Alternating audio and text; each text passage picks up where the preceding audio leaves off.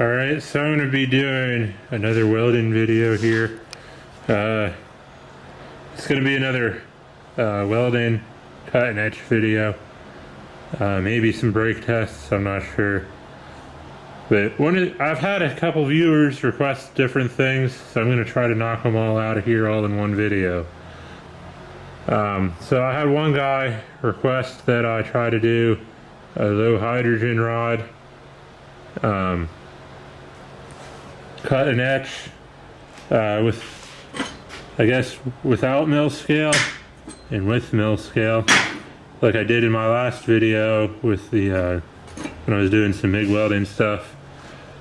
So I'm going to be doing that, and then another viewer wanted to see me use the Furnace Trans Pocket that I normally have on my truck. So I brought it in here today, so I have that set up. We're running on the 110 power today because I don't think I need to plug in the 220. So I just plugged it into 110. It's on a 20 amp breaker. We're going to be running 90 amps, 70 18s to start. And then when we get to the end of it, I'm gonna run 4 plates with 3/32 70/18, and then I'm gonna run 2 of these plates on this old 70/14. I've had this for about a year now. I don't run much 70/14, so we're gonna see how that works. I had to buy a couple pounds of that for a welding class that I did a year ago. I don't think I've ran it since, so I'll have to turn that up to probably about 120 amps, which is the max this thing will let me run on this circuit that it's plugged into. Something weird that I noticed today, I've had this machine for about 4, almost 5 years now. So every click equals an amp, right? Well, when you go, it skips a couple amps. Like you can't go from 93 to 94. It just goes right to 95. And then the same thing again. No, there's no 99 amps. It just goes right to 100. And then, yeah, no 4, 104, no 109. It skips all the 4s and 9s, and I just learned this today. So that's pretty interesting, I think. Yeah, because it'll go from 88 to 90. So a fairly interesting discovery, I guess. I mean, I don't think that 1 amp is going to make or break you, but it's definitely an interesting discovery.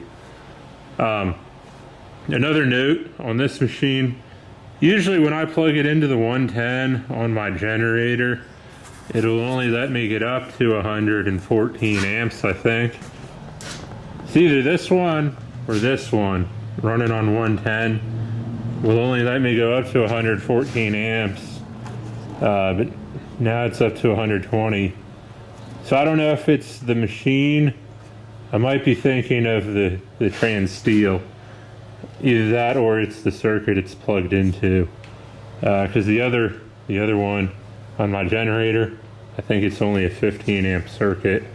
So it might limit you to the amperage it has coming in. I don't know. So I don't know if that's another discovery, or I might have to plug in this guy to the 110. Figure out if I'm thinking of this machine here. But one of these furnaces will limit me to 114 amps, usually. So, yeah. And then these other 2 plates, so I'm going to do two plates with these open air 70/18s. And then we're going to switch and do 2 plates with rod oven 70/18. I don't have my little dividers set up in this thing yet. I literally just got it not too long ago. But we got the same rod that the same can that this 7018 came from. We've had baking in this oven for like 3 days. There's no temperature control on it, but it gets to about 250 degrees or so, maybe 300 or something like that, and it just stays there. So to get the moisture out of open air 7018, you either need to bake it at a higher temperature or give it more time at a lower temperature. So yeah, we're going to be pulling out rod from the rod oven. It'll be the same 332nd rod, and that's what we're going to be using on these 2 plates here.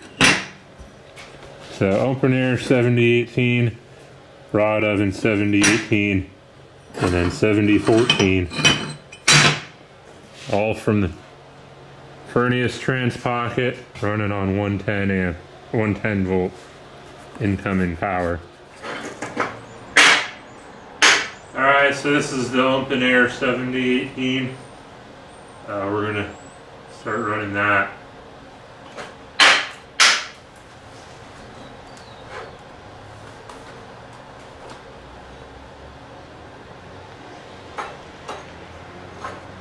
I might have to clamp this stuff. The table, I did some spray painting on this table, so it doesn't conduct the best ground, so I'm clamping this on a bare spot on the table. So it should be good now.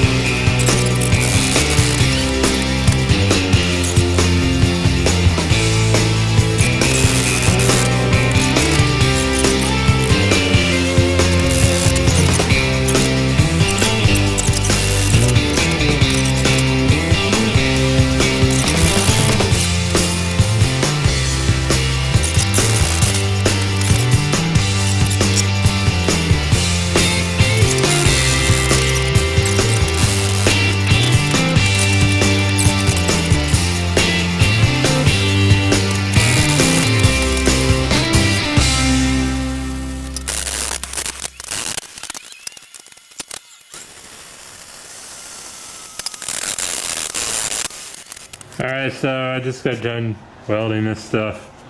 I did go back through. It's been a minute since I've done any stick welding, so I had to get it back in my hand, you know. I've been doing a lot of MIG and TIG lately. So, yeah, the first welds, I didn't have my angles and amperage right. My weave pattern was a bit weird, so this is the better side of the welds. This is the open air 7018. Over here is the dry 7018. I think I put, yeah, that's the better weld than on this side. I had some weird thing when I started, but yeah, the rest of the weld looked okay.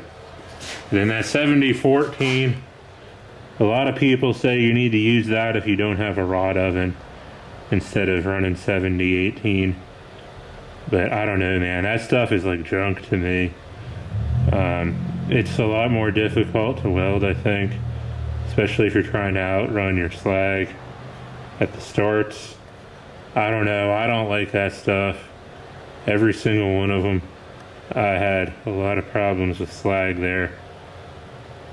So I would rather run an open air 7018 than try to run and get welds that look like that.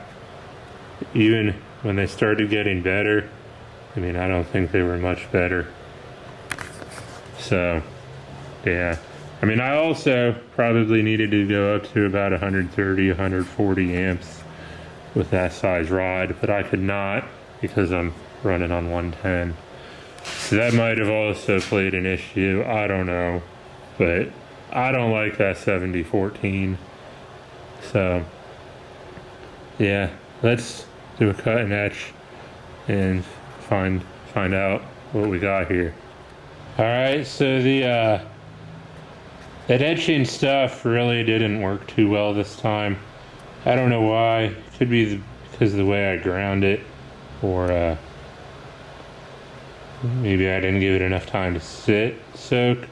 I don't know, but yeah, it didn't really work too well. But you don't really need the etching stuff to work, figure out what's going on. It did actually work a little bit on this one.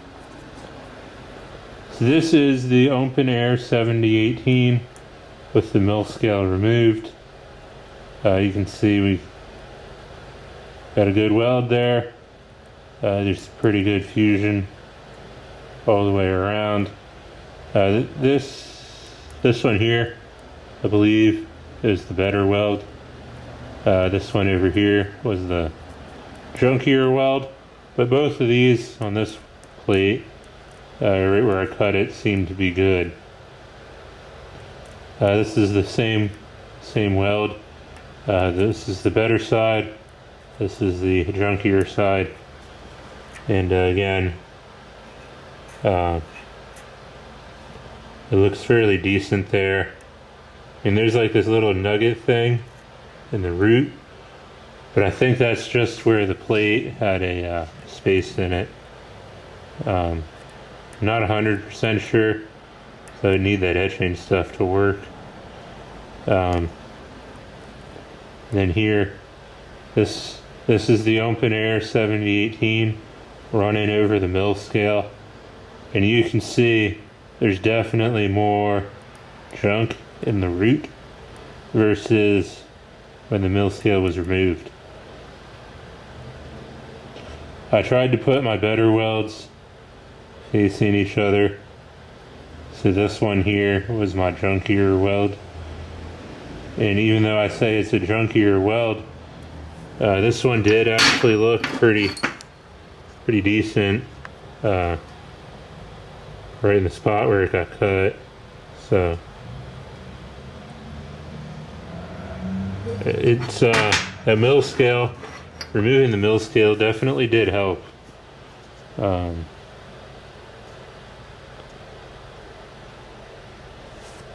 and I mean, this is the weld that was connected to this one. And yeah, you can see it was just trapping slag there. I don't know if that's a user error, because like I said, I had to get this back in my hand, you know. I think my travel angle might have been off. I'm not sure. But something was going on these first welds. I was also running a lower amperage on these versus this side, so I don't know. Too many variables there to say for sure exactly what was going on.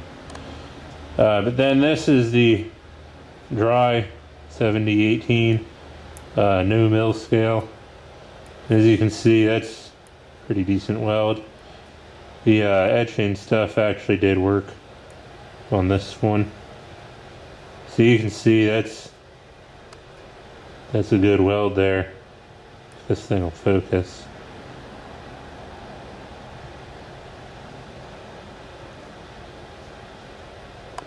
I'm gonna zoom it way in and just slowly bring her back out. Yeah, you can see.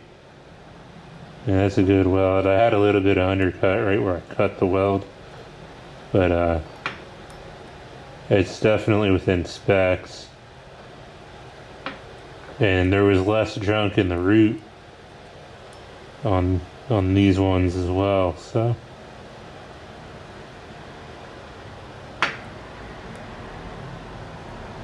Yeah.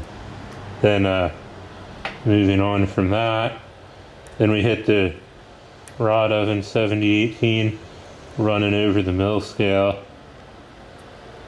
And you can definitely see there's just a little bit more junk in the root, but overall it's a fairly decent weld. I think my angles were off on the first weld, but then the second weld, I mean, that's pretty good fillet right there, I think.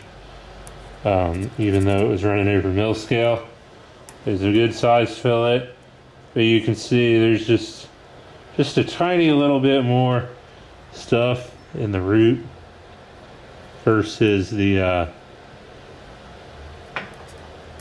no mill scale one. So that's our 7018. Definitely the dry rod with no mill scale was definitely the best. It started really funky just because I'm not used to starting rods that are out of a rod oven. It's been a while since I've done that. And then, like I said, I kind of had weird angles going on at first. But then I got my angles better, and then I was doing an end weave, you know, so I was going along. I'd go diagonal, and then up, pause, diagonal, and then up, pause, diagonal, and then up, pause, diagonal, up, pause.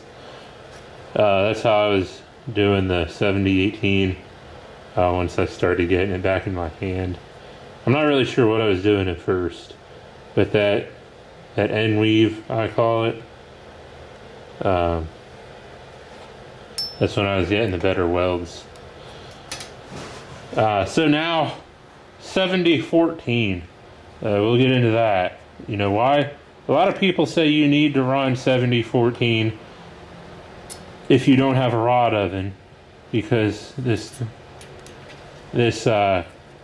wet 7018 could have some hydrogen embrittlement.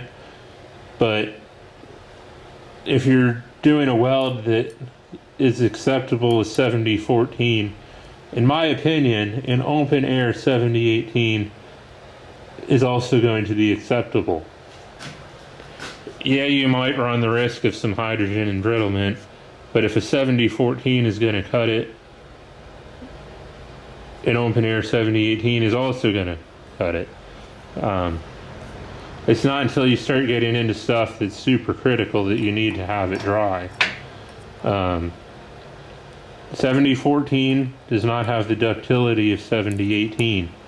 So therefore, even a open air 7018 is going to be better than a 7014. And also, I'm sure I could get a lot better, but we're going to zoom into this garbage. So this is with no mill scale. I cut the better part of my better weld and placed the better welds closer to each other. And even with the mill scale removed and getting a better weld, there was still a lot of slag trapped in the root.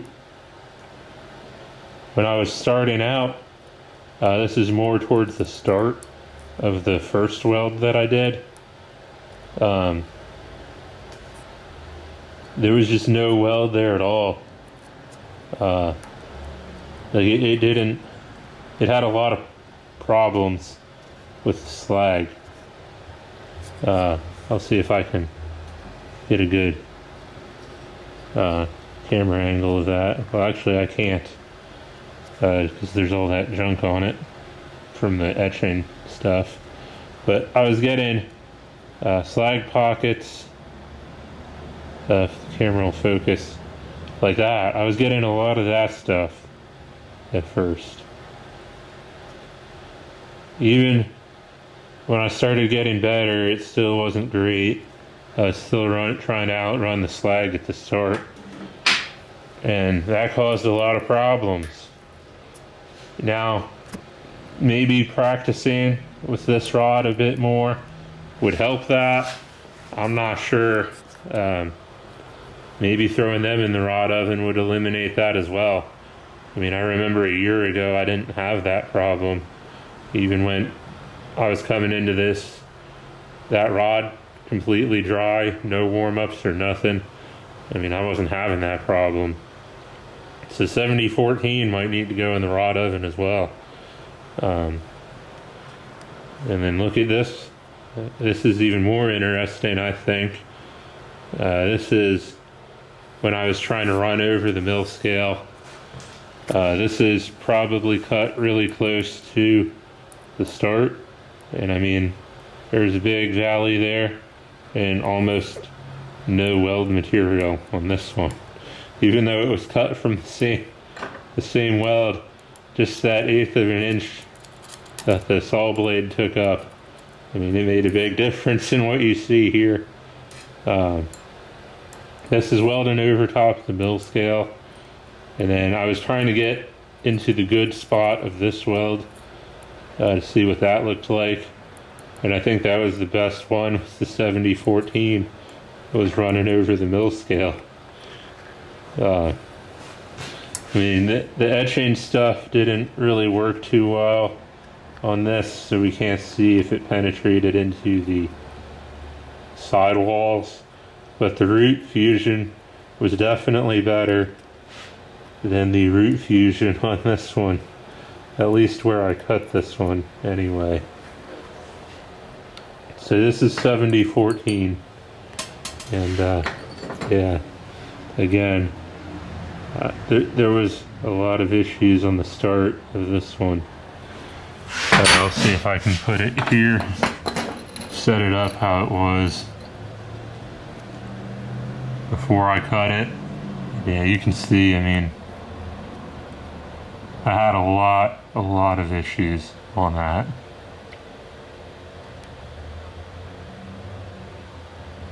Got better at the end, but if you're having starts like that, even having the best welds at the end, it doesn't matter. That was garbage. Again, that could be user error. There's quite a few different things that could have been happening. Like I said, I don't know if I had enough amps coming out of the machine. I don't know if my rod angles were correct. I don't know if you need to throw that 7014 in the rod oven and bake the moisture out of it. I don't know. But yeah.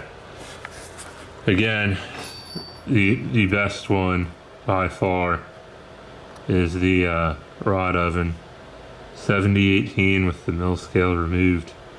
And there you can actually see how much penetration we got into the sidewalls. Right there on my finger side. Because the etching worked on that one.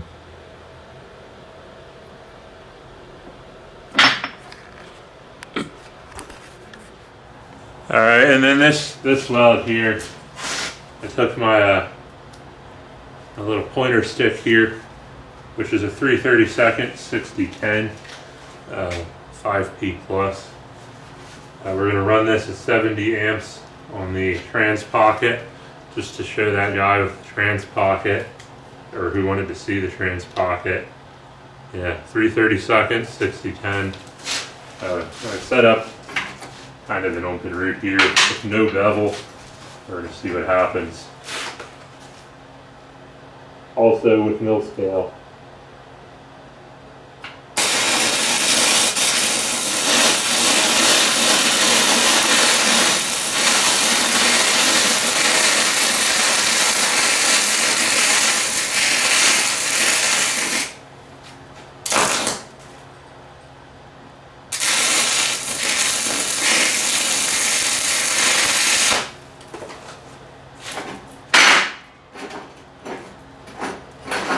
It's not 100% penetration, but this little lunchbox is able to run 6010s.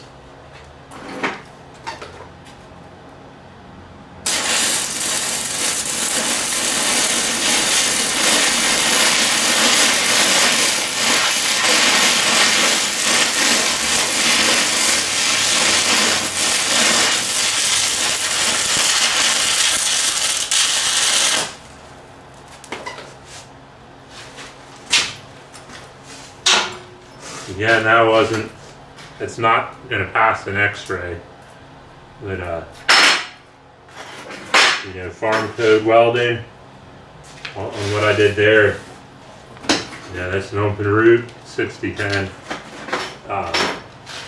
You could set it up and be able to pass code, but I wasn't taking the time to prep it, that's why I say it wouldn't pass code.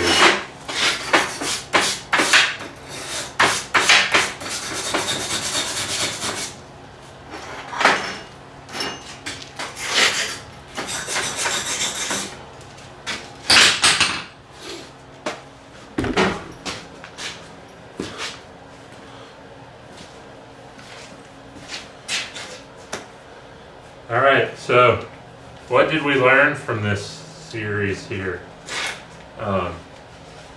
Well, I learned that taking mill scale off definitely improves your welds. You get a lot better penetration, especially on the root, and it's a lot easier to weld. I noticed when I was tacking these pieces up that when I had the mill scale on it, I was getting a lot of ground sparks. It was sparking on the ground a lot more than when I took the mill scale off. I was able to just weld it, give it a small little tap, and there's no issue whatsoever. But every single one of them that had the mill scale also gave me a little arcing on the ground when I tacked them together. Every single one of them. So removing the mill scale definitely helps. This little welder, if all you have is 110 power, you can do a lot with it. You can run, like I said, I was running some 1/8 inch 7014s, but it could go up a few amps. But 3/32 inch rods, if that's what you're trying to run, this thing is freaking great with that.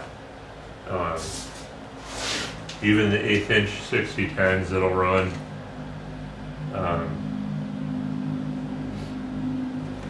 Yeah, you saw it ran the 3/32 6010 pretty well. We actually did get some pretty decent penetration, even though I didn't prepare that joint anywhere near like I should have. It still looks like it would hold quite a bit. And yeah, the cut and etching stuff is pretty difficult for some reason. For me, I don't know.